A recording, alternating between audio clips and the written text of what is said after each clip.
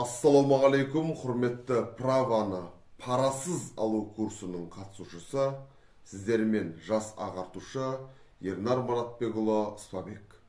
Құрметті достарым, сіздердің әрбірлеріңізге Алла разы болсын, мен үлкен алғысымды білдіремін. Неге десеңіздер, сіздер өз өмірлеріңізге балта шаппай, өз тағдырларыңызға қауіп төндірмейтін жолды таңдап отырсыздар. Неге? Өйткені сіздер білім алу арқылы еңбекпен қаруланып праваны өз күштеріңізбен алатын болсаңыздар, онда Алла бұйыртса сіздердің және жақындарыңыздың өмірі әрдайым қауіпсіздікте болады. Бұл жалпы кіріспе сабақ. Кіріспе сабақта мен сіздермен жалпы курстың не жөнінде болатындығын, оның сіздерге қандай пайдасы болатындығын және менің осы жүргізуші куәлігін, міне назарларыңыздағы мына жүргізуші куәлігін қалай алғанымды, осыны алу жолында қалай еңбектенгенімді барлығын сіздерге айтып беремін. Және де бұл курсты өту сіздерге не үшін қажет және қандай маңызы бар екенін осы кіріспе сабақта түсіндіретін боламын. Сонымен бастайық, достар. Жалпы курс жөнінде айтатын болсақ, бұл курс менің жеке тәжірибеме негізделген курс. Мен бірден айтайын, құрметті достар, мен кәсіби маман емеспін. Яғни мен қандай да бір жүргізушілік мектепті бітірген, немесе сондай бір оқу орнын, университет, тағы сол сияқтыларды бітірген кәсіби маман емеспін. Мен барлығыңыз сияқты қарапайым ғана ауылдың баласымын.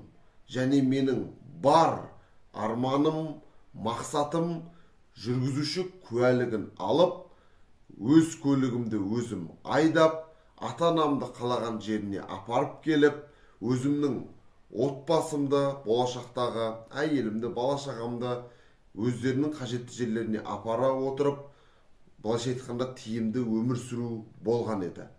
Бірақ сол жолға жету жолы маған оңайға соққан жоқ. Және де менің тәжірибем сіздердің әрбірлеріңізге аса маңызды болады деген ойдамын. Неге десеңіздер, жалпы жүргізуші куәлігін алу бүгінгі таңда оңай емес. Әсіресе парамен сатып алу өте, былайша айтқанда, ушығып тұрған заманда.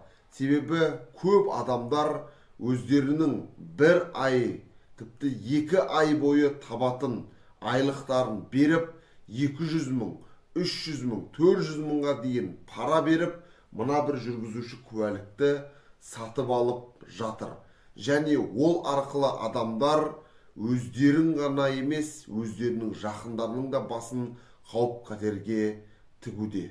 Ойланып көріңіздерші, сіздер өздеріңізді өлімге немесе өздеріңізді мүгедектікке апарып соғатын нәрсені өз ақшаларыңызға сатып алып жатсыздар.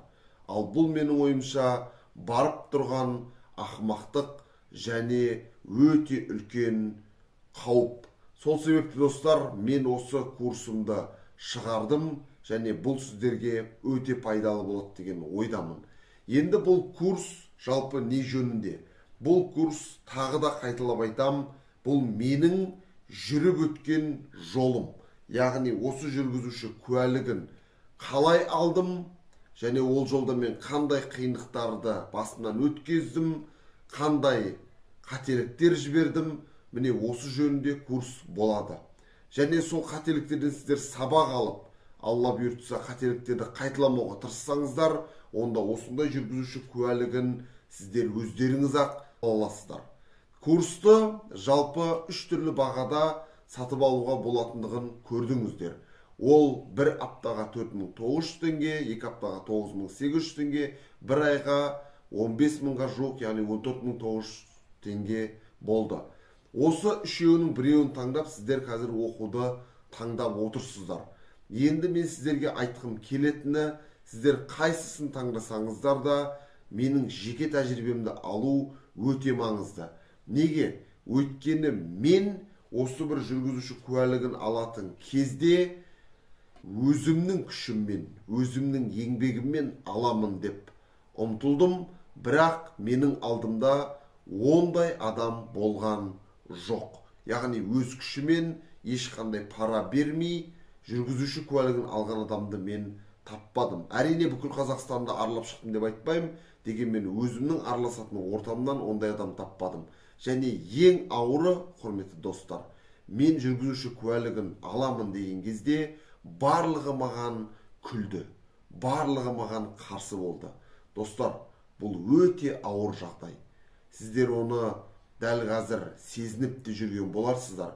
Мен жүргізуші куәлігін өз күшіммен аламын десеңіздер, көп адамдар сіздерге күліп қарайды, немесе мазақ қылады, немесе мүмкін емес деп сіздерді райларыңыздан қайтаруға тырысады. Өйткені өкінішке орай біз осындай жемқорлық жайлаған қоғамда өмір сүрудеміз. Мен жүргізуші куәлігін алам деген кезде менің таныстарымнан бастап жақын достарыма дейін, ата-анама дейін тіпті маған мүлде мүмкін емес. Жүргізуші куәлігін өз күшіңмен алам деген ол орындалмайтын арман. Оны қаяқтан көрдің? Ондай нәрсе жоқ. Бізде, мен оның үстінде Шымкенттенмін, Шымкентте ондай нәрсе мүлде жоқ. Барлық жер жемқорлық, ондай мүмкін емес деген әңгіме айтты. Бұны ата-анаңнан естудің өзі, әсіресе әкемнен есту өте қиын болды. Сонымен қатар менің достарым да осы бір жүргізуші куәлігін сатып алған болатын. Олар да маған керек десең бәстіге егернар, сен ала алмайсың жүргізуші куәлігін өз күшіңмен, ақша бермесең мүмкін емес деді. Жоқ, мен бірақ ұмтылдым, Аллаға шүкір алдым. Енді мен жүргізуші куәлігін қалай алдым? Жалпы мен осы көлік айдауға қалай келдім? Осы жөнінде сіздерге өзімнің тарихымды баяндап берейін, құрметті достар. Жалпы мен өзім бала күнімде 5-6 сынып оқитын кезде 99 деген көлік болатын, Лада дейді жалпы оны, соны айдап көрген едім. Қырдан қайтып келе жатқан кезде қойдан әкеммен бірге көлікті айдап, үйде ары-бері ауылдың арасында кішігірім айдағаным бар. Одан кейін мен көліктің рөліне мүлде отырмағанмын. Менің бар уақытым білім алуға, және сол білімді бөлісуге, Алматыда Әл-Фараби атындағы Қазақ ұлттық университетінде оқуға, соларға жұмсалды. Мен жалпы көлікке мүлде қызықпайтын адаммын, достар. Мен шынымды айтсам, білім алып, әртүрлі ғылыми кітаптарды оқып, соны халықпен бөліскенді ұнатамын. Оған міне мына кітаптарым дәлел. Мысалы, мына кітапты аударғанмын, мына кітапты өзім жазғанмын, мына кітапты құрастырып шығарғанмын, мына кітапты да аударғанмын. Былайша айтқанда осы жердегі менің кітаптарым өзім аударған, өзім жазған кітаптар. Міне мен осындай істермен айналыстым. Одан бөлек қаржылық сауаттылыққа байланысты, ауыл шаруашылығы бойынша кәсіп жасадым. Міне осылай жүрдім. Бірақ көлік бұл адамның тиімділігін арттыратын құрал екендігін мен кейіннен бастап ұғына бастадым. Негізінен қаржылық сауаттылықты мен зерттеген кезде көлікті шығын ретінде қарастырдым. Яғни оған бензин құясың, оны жөндетесің, ремонты бар, яғни ақша шығып кетеді деп мен көлікке мүлде жоламай жүре бердім. Бірақ күндердің бір күнінде 2020 жылдың күзінде соған дейін мен жаз бойы көлігіміз болмағандықтан әртүрлі ағаларыма ауылдағы айтып, жалдап, орталыққа, ауданның барып келіп жүрдім. Әртүрлі үйге қажет заттарды алу үшін.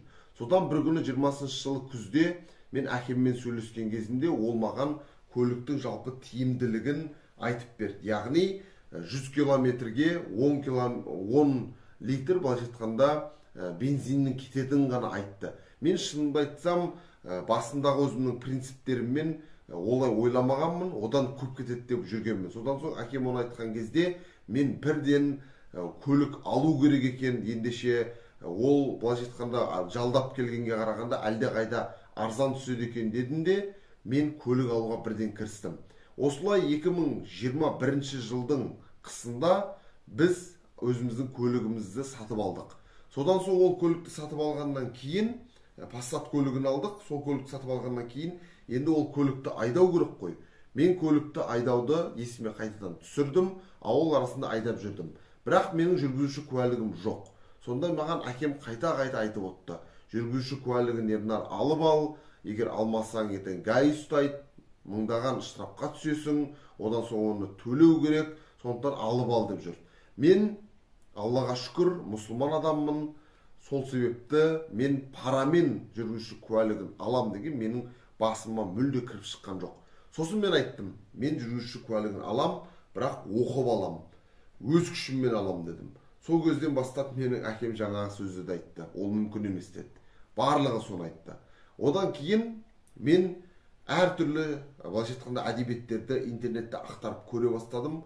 Қазақ тілінде дұрыс үйрететін мүлде мамандар жоқ екен. Бірақ сөйтіп жүріп, мен Safety Driving деген сайтты таптым. Сөйттінде онымен біраз дайындалдым, бірақ кейіннен кейін платныйын сатып алмай, одан соң оны қойып кеттім. Содан арада біраз уақыт өтті, мен жүргізуші куәліксіз ары бері барып жүрдім. Бірақ тиімді болмады. Өйткені бір күн ұсталсаң, оңбай штрафқа түсесің. Содан кейін арасында мен жаяу жүретін болдым, штрафқа түсіп қалмайын деп. Сосын жаяу жүргеннен адамның уақытысы кетеді. Ал мен тиімділік деген нәрсені өте қатты жақсы көретін адаммын. Сол себепті жүргізуші куәлігін алып қалайда көлікпен жүру керегін, уақытты үнемдеу қажеттігін түсіндім. Осылайша мен жүргізуші куәлігін алуға кірісе бастадым. Содан мен 2000 қателеспесем 20-шы жылы өтті, 21-ші жыл болды. 21-ші жылдың күзіне қарай мен қайтадан ана сайтты зерттей бастадым. Сөйтіп сол сайтты қарап отырып, мен соны егер бір айға сатып алатын болсам, доступты, сонымен дайындалуыма болатындығын түсіндім. Бұған дейін, достар, мен жалпы осы курсты интернетке тегін жүктеген болатынмын. Сол кезде көптеген адамдар, Аллаға шүкір, менің сол тегін тұрған сабақтарымды көріп, өздері тесттен өтіп, нәтижелерге қол жеткізіп жатты. Ал енді бір кісілер сынап жатты. Сынағандағы басты айтатындары, олар маған былай деді: сен тестті толық талдамайды екенсің, соңына дейін жеткізбейді екенсің. Мен сіздерге бірден айтайын, мен тағы айтам, маман емеспін. Мен өзімнің жолымды сіздерге үйретіп жатырмын.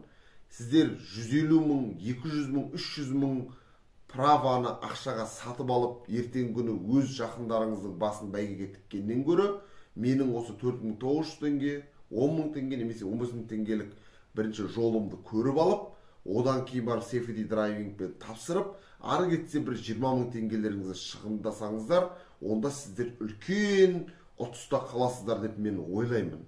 Сол себепті мен курсымда тесттерді мен толықтай талдап, мына жері мынадай екен, мына жері мынадай, былай жүргенде былай болады деп айтпаймын. Мен кейбір тесттерді талдаймын да, кейбір тесттерді талдамай автомат түрде өтіп кетемін. Неге? Өйткені мен өзім солай жасадым.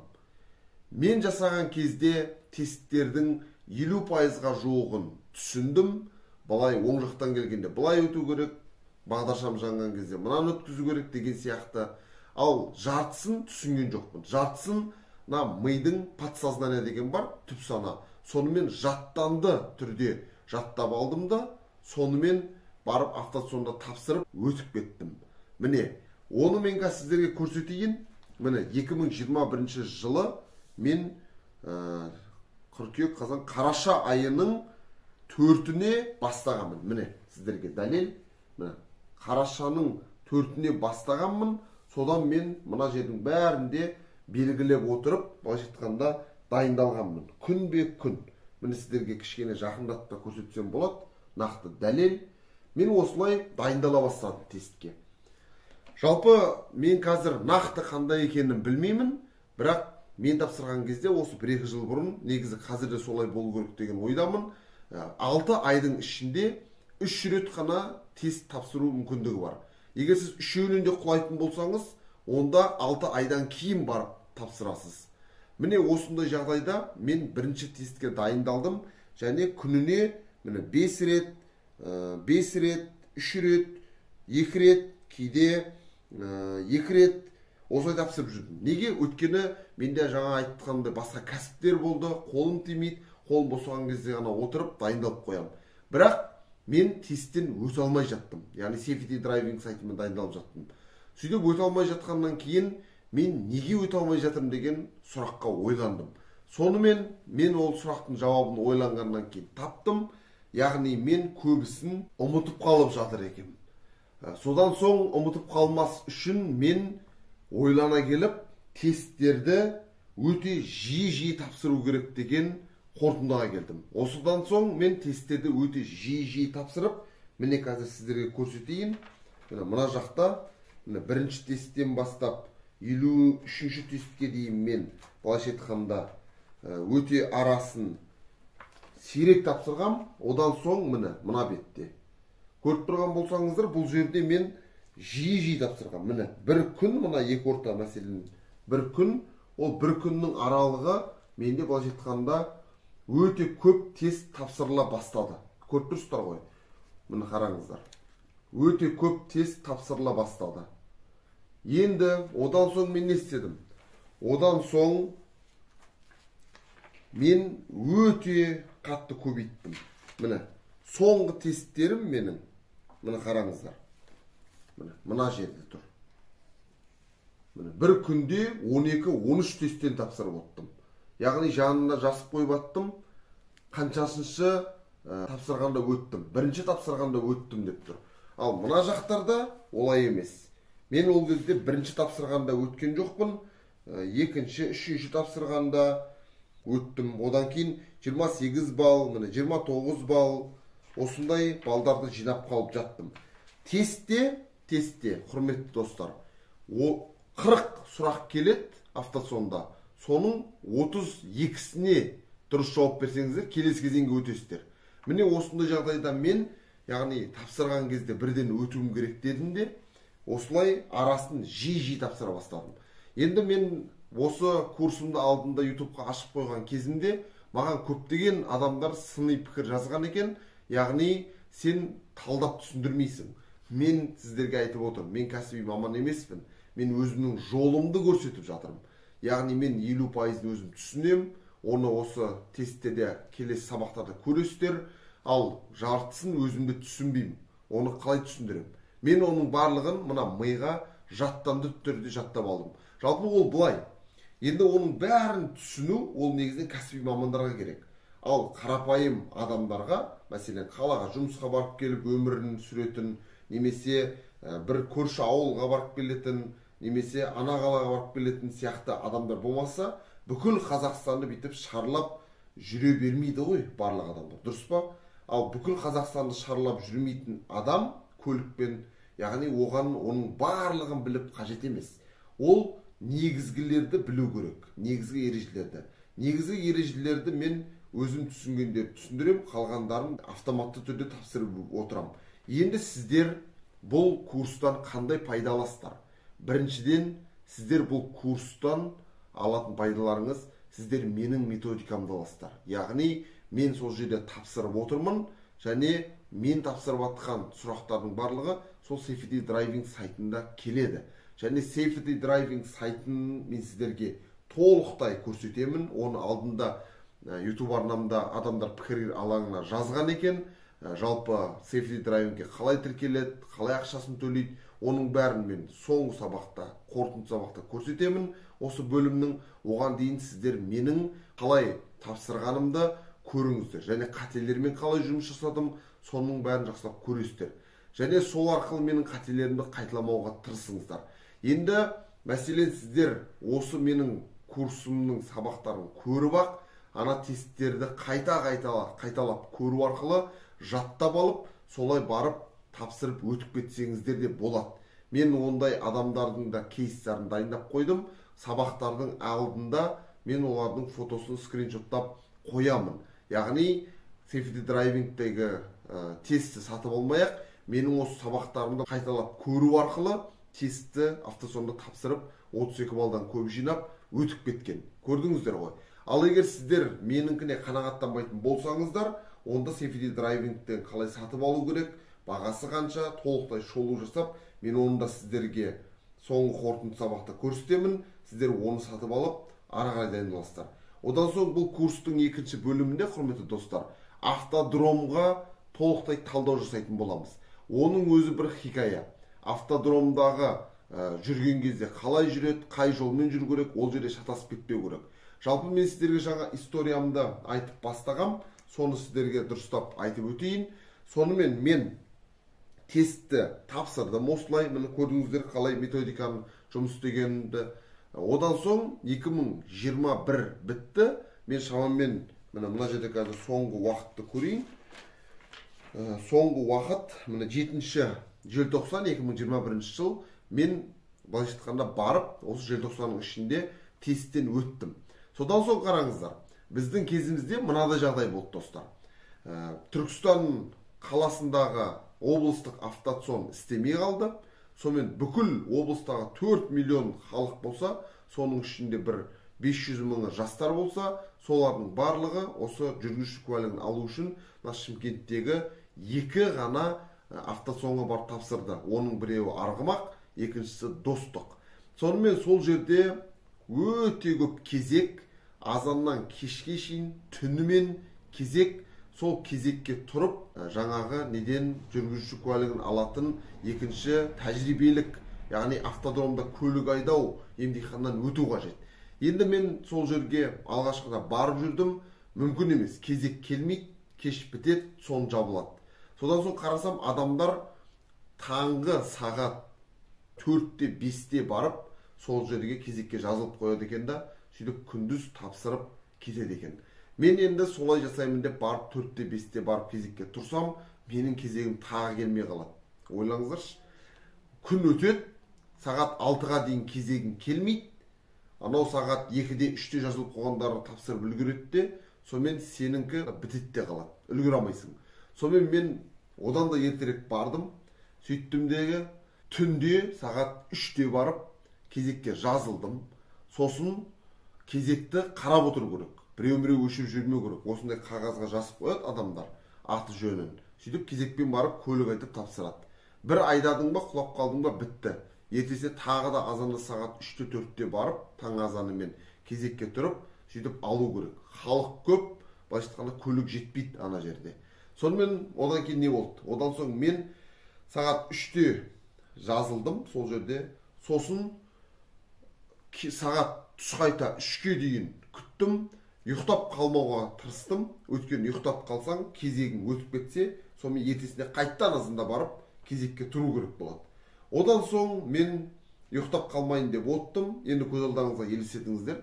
Түнгі сағат 3-те барған адам күндізгі сағат 3-ке дейін 12 сағат бойы ұйықтамай отыр. Содан соң мен көлік айдауға отырдым. Сөйттім де бәрін автоматты түрде келе жаттым. Сөйтіп бір жерде артқа бұрылып, задний парковка деген болады, көлікті кіргізіп қою керек. Әсіресе қалаларда жүрген кезде өте қатты қажет болатын сәт ол. Сол кезде мен мына жақта боковой айнаға қарамай артқа беріп жібердім де сызықты басып кеттім. Және сызықты басқан кезде, достар, жаңағы бал кете береді, мен алға қарай шығып кетсем, негізі құламайтын едім. Бірақ ол ойда болған жоқ. Ана жерде аңтарылып қалдым да, сонымен мен құладым, не керек. Міне осылай мен бірінші көлік айдау емтиханынан өте алмай қалдым. Енді оған мен қалай дайындалдым? Оған дейін мен дайындалған кезде мен ешқандай автошколаға барған жоқпын. Менің автошколам ол, өзім әзілдеп айтам, Тоғай автошколасы. Өйткені бізде өзімізде Тоғай бар ауылымызда. Сол жерге барып мен көлікті өзім алға бердім, артқа бердім, әбден дайындалдым. Механикамен дайындалдым, бірақ автоматпен барып тапсырдым. Өйткені механикамен ол жерде тапсыру, құлап қалу ықтималдығы өте жоғары. Содан соң, міне қараңыздар, осы жерден шығатын өте маңызды ереже, достар. Еш уақытта көлікке ұйқылы, ояу отырмау керек. Қаншама адамдар көлік апаттарына осы ұйқысы келіп, көлікті ұйықтап кеткенінің кесірінен жол көлік апатына душар болып, өмірден өкінішке орай өтіп қайтыс болып кетті. Міне, бұл өте маңызды ереже достар. Содан соң мен оны бірден түсіндім. Енді автодромдағы көлік айдауға мен ары қарай дайындалдым. Сөйтіп автодромға дайындалған кезде мен көлікті жүргізетін кезде жан-жақты талдай бастадым. Сөйтсем автодром ол бүкіл өмірде болатын жағдайларды қарастырады екен. Сосын мен бірінші емтиханнан құлағаннан кейін екінші емтиханға әбден дайындалдым. Және ең басты ереже, бұл менің қателігім достар, ең басты ереже ұйқылы ояу тапсырмау керек. Сөйтіп мен әбден ұйқымды қандырып алып, жақсылап барып жазылдым. Достық деген автосонға барып, тапсырып, сенсеңіздер 100 балдықтан мен небәрі 20 бал ғана қателік жіберіп өттім. Көрдіңіздер ме достар? Міне осындай жоғары нәтиже көрсеттім. Ал теориялық тесттен қателеспесем мен 38 ба сондай бал жинадым. Яғни өте жақсы көрсеткіш көрсеттім. 38 немесе 39 өте жоғары. Яғни міне оның ненің арқасы ол? Ол мынандай тестпен дайындалғанның арқасы. Мына бетте тестке дайындық. Жаңа көрсеткенімдей. Мына бетте тестке дайындық. Енді сіздер осылай дайындалу үшін келесі сабақтарды көресіздер. Және сол менің тесттерін талдаған көріп өткеннен кейін Safety Driving сайтынан сатып алатын болсаңыздар, оны да көрсетемін мен сіздерге. Содан кейін барып не істейсіздер? Осылай өте жиі тапсыру керек. Жиі. Яғни бір күнде 12, 13, 14, 15 рет тапсырып, қатарынан 3 күнге тапсыратын болсаңыздар, онда 3 күннің ішінде барып теориялық тесттен өтіп кетулеріңізге болады. Ал егер 3 күн емес, бір апта, 2 апта деп менің қателігімді қайталап, алғашқы кездегі күнінде бір 3-4 мәрте тапсырып жүрсеңіздер, онда өкінішке орай тестті тапсыру өте қиын. Өйткені оның барлығын талдап отыра алмайсыздар. Ол жерде уақыт та жетпейді. Одан соң тағы бір ескерте кететін жайт достар. Жалпы автосонның тесттері мына бірінші жеңіл көлік айдауға арналған былайша айтқанда деңгейде, жүргізуші куәлігіндегі ол деңгейде сіздерде шамамен 800 тест болады. Ал одан кейінгі С деңгейі бар ғой, С деңгейінде ол жаңағы газельдер, кішкене үлкен көліктер, жүк көліктерін айдауға мүмкіндік беретін. Ода 1200 тест сұрақ болады. Менің сабақтарым қалай құрылған? Сабақтарым менің 800 тест болса, сол 800 тестті мен 20 рет тапсыратын болсам, бір тапсырғанда 40 сұрақты тапсырам мен, бір тест қылып, сонда 40-тан 20 рет тапсырған кезде 10-ы 400, 20-сы 800 болады, дұрыс қой. Бірақ кейбір тесттер арасында қалып кетеді, олар келесі сабақта қосылып отырады. Түсініңіздер ғой. Сол себепті мен сондай келесі сабақта қосылып отыратын тесттерді қамту үшін 25 сабақ жасадым. Яғни 20-сында негізгі 800-ді қамтысақ, бірақ кейбір тесттер қайталанып келіп отырады. Соларды қайта-қайта тапсыра бермей, ана жаңалар қалып кетпес үшін мен тағы да 5 рет тапсырдым. Яғни 40-тан 200 тест қосымша тапсырылып, менің осы 25 сабағым толықтай теориялық тесттерді қамтиды. Енді сонымен мен жүргізуші куәлігін алу үшін екінші вождениені тапсыруым қажет болды ғой. Сонымен мен екінші вождениені тапсыратын кезде жаңағыдай жақсылап дайындалып бардым да, ұйқылы қандырып, жақсылап сосын тапсырып, сонымен Аллаға шүкір қадір түнде мен осы бір жүргізуші куәлігін алдым. Ешқандай пара берген жоқпын. 150 мың, 200 мың теңгем қалтамда қалды. Енді міне сіздерде қазір ақшаларыңызды төлеп алып отырсыздар. Және мен бұны алдында тегін қылғам, бірақ өкінішке орай тегін қылған кезде адамдар сабақтарды соңына дейін көрмейді екен. Бұл менің жаныма қатты батты. Алғашқы сабақтарды көреді, одан соң сынайды. Әсіресе сен неге талдамайсың деп сынайды. Одан кейін өте тез айтып өтесің дейді. Одан соң Safety Driving'ті жалпы қалай тіркелуге болатынын сұраған. Енді мен жаңа жауап бердім. Мен біріншіде кәсіби маман емеспін. Ол жерде сіздерде тіпті оның 100% біле алмайсыздар. Оның 50%-ға жуығын түсінесіздер. Ал 50%-ға жуығын, былайша айтқанда, подсознательный дейді ғой адам, түпсаналы түрде белгілеп, сөйтіп өтулеріңіз қажет. Одан кейін екіншіден Safety Driving'ті сұраған, оны мен қорытынды сабақта көрсететінді айттым. Одан соң көбісі нәтиже көрсетіп, осылар арқылы өздерінің теориялық емтихандарын өтті. Енді жүргізуші ол екінші бөлімде болады, тәжірибелік емтихан. Міне, бір сөзбен айтқанда, менің жалпы жүргізуші куәлік алу жолым осылай. Курста қалай болатынын сіздерге айттым.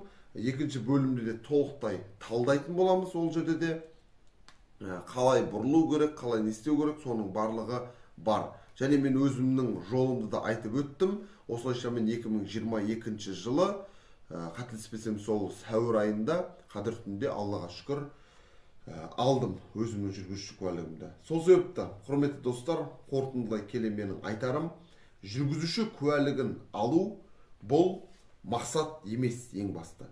Ең бастысы сіздер білім алуларыңыз керек.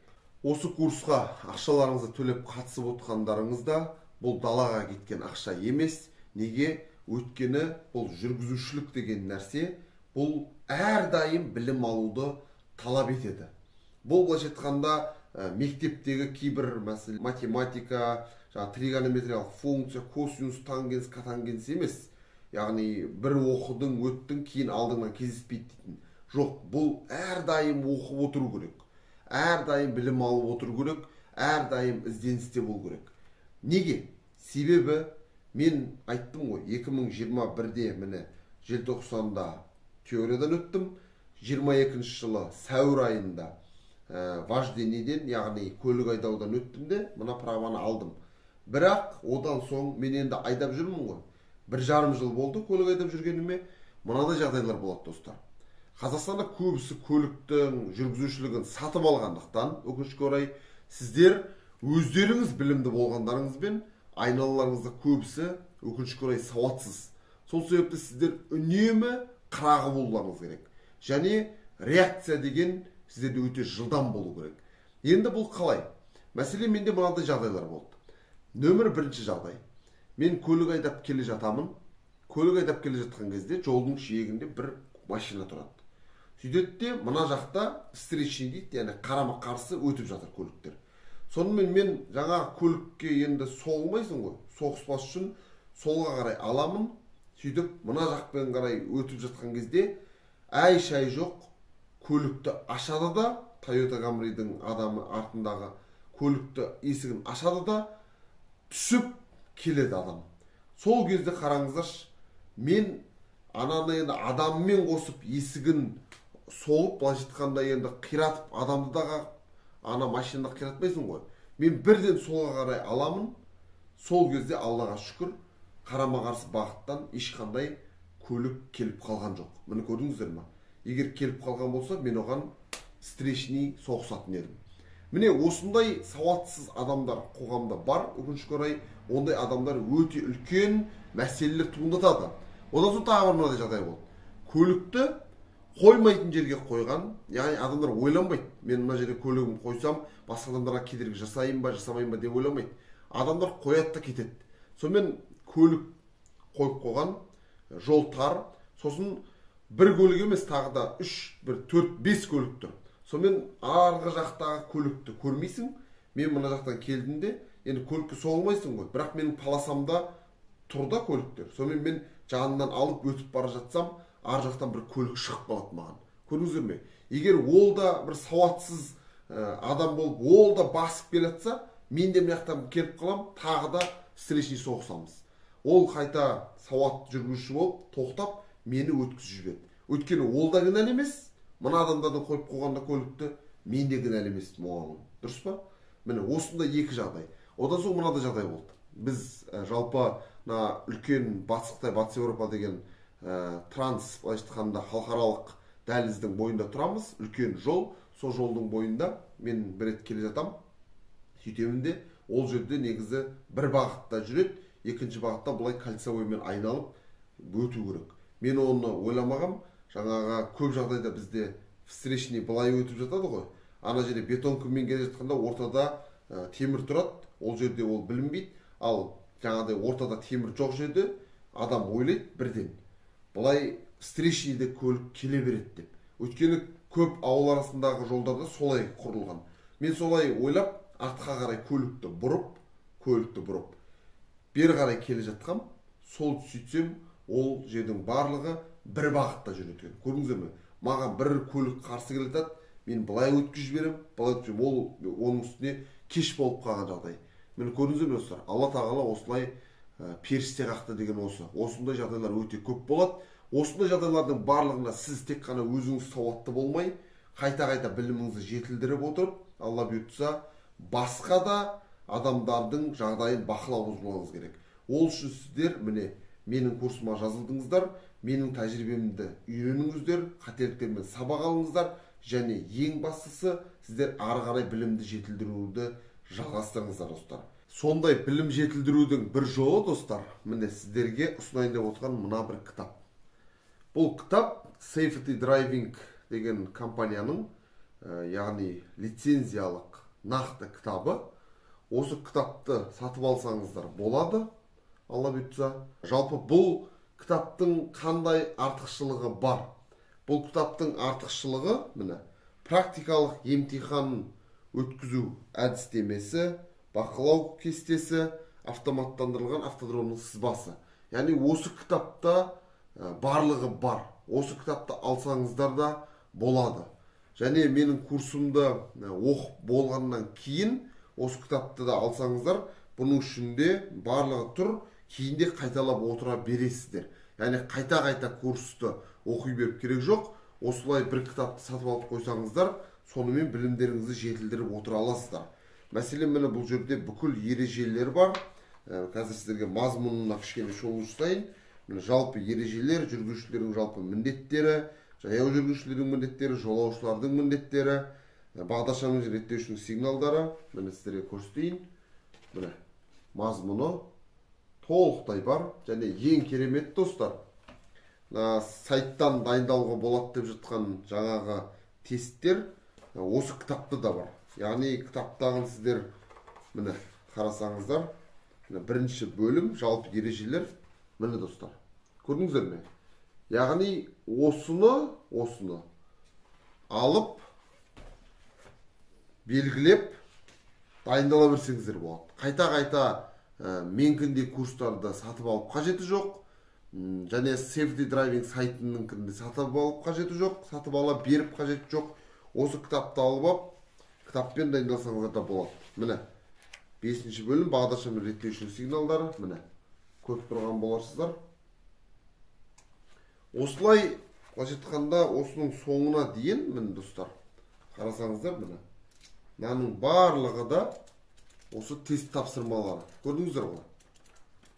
Осы бір кітапты алып қойсаңыздар да болады. Негізі мен сіздерге айтарым, курсты оқып болыңыздар соңына дейін, Алла бұйыртса. Одан соң Safety Driving сайтында негіз сатып алыңыздар. Омен дайындалған әлдеқайда дұрысырақ болады. Кітапқа қарағанда, өткен ол жерде электрон түрде болғанда ыңғайлы болады. Және кейінгі қосымша кітаптарды сатып алыңыздар. Кейін алдағы уақытта көлік айдап жүрген кезде, енді бұл жаңа айтып өткенде көлік айдау деген бір сағаттық, бір жылдық нәрсе емес, бұл өмір бақи керек нәрсе. Сондықтан осындай кітапты былайша айтқанда алып, үйлеріңізге қойып, қайта-қайта көріп, сол тесттерді есіңізге түсіріп отырсаңыздар, нұр үстіне нұр болады достар. Қайталау білім анасы дегенді ешқашан ұмытпауымыз керек. Сонымен қатар тағы да айтып өтетін жайт бар. Ол тәжірибе, бұл әрдайым ақы тұрады достар. Сол себепті менің тәжірибем, бұл менің тәжірибем, жаңа айтып өткенімдей, менің алдымда көретін ешкім болған жоқ. Мен біреуге қарап, мынау тапсырып өз күшімен алған екен, ақша бермей дейтін адам болған жоқ. Ал сіздердің алдарыңызда міне мен отырмын, нақты дәлел бар. Сіздердің де жаңағыдай достарыңызға немесе ата-анаңыз айтқан кезде сатып ал, оны тегін алу мүмкін емес, босқа әбір жейсің, ары бері жүгіріп әуре боласың дейтін адамдарға мені көрсетсеңіздер әбден болады достар. Міне жалпы осылай, сондықтан мен тағы да қайталап айтамын, мен кәсіби маман емеспін. Менің курсымда сіздер тек менің жолымды ғана көресіздер. Және мен қалай осы жүргізуші куәлігін алдым, тесттерді қалай тапсырдым, жаңағы картаны үйреніп қалай көлік айдадым, содан қалай өттім. міне осы жөнінде білім аласыздар. Одан соң да сіздер сейфиди драйвингпен тапсырсаңыздар болады. Ары қарай да білімдеріңізді жетілдіріп отыруға мен тілектеспін. Сіздермен бірге болған ағартушы және праваны парасыз алу курсының авторы мен Ернар Маратбекұлы Сыпабек. Сондықтан достар, тек қана әділ түрде жүргізуші куәлігін Алла бұйыртса алайық, елімізді сауатты қоғамға айналдырайық. Ең бастысы менің қателіктерімнен сабақ алыңыздар достар. Ендеше сабақтарға кірісе берсеңіздер болады. Іске сәт.